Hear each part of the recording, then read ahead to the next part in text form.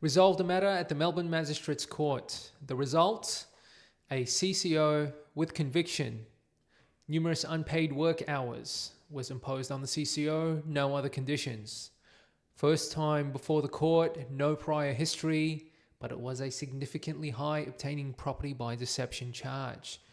$85,000 in fact, and it was white-collar crime. That is a breach of the employer-employee relationship. I can indicate this was an incredible result for my client, and she did very well to avoid jail. Other than a fantastic set of submissions on her part, my client did very well, first of all, to address the entire payment, and second of all, to gather some support material, which otherwise paints a great character on her part. Now, the background to this, of course, is incredibly relevant. She is from overseas, very well educated, great prospects for the future, came to Australia to further her studies. She was with her partner in Melbourne for a couple of years, and grew very close with her partner's mother.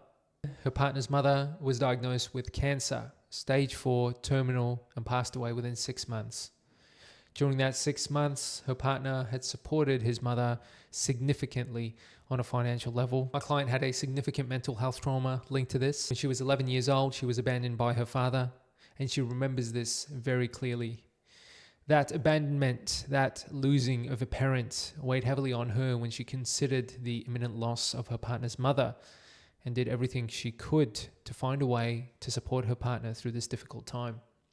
It is no excuse, and it was not presented as an excuse or a justification in court, but it was very significant to consider that on a psychological level, my client was very much burdened by the entire ordeal, and it weighed heavily upon her, more heavily in fact than it would upon the average person.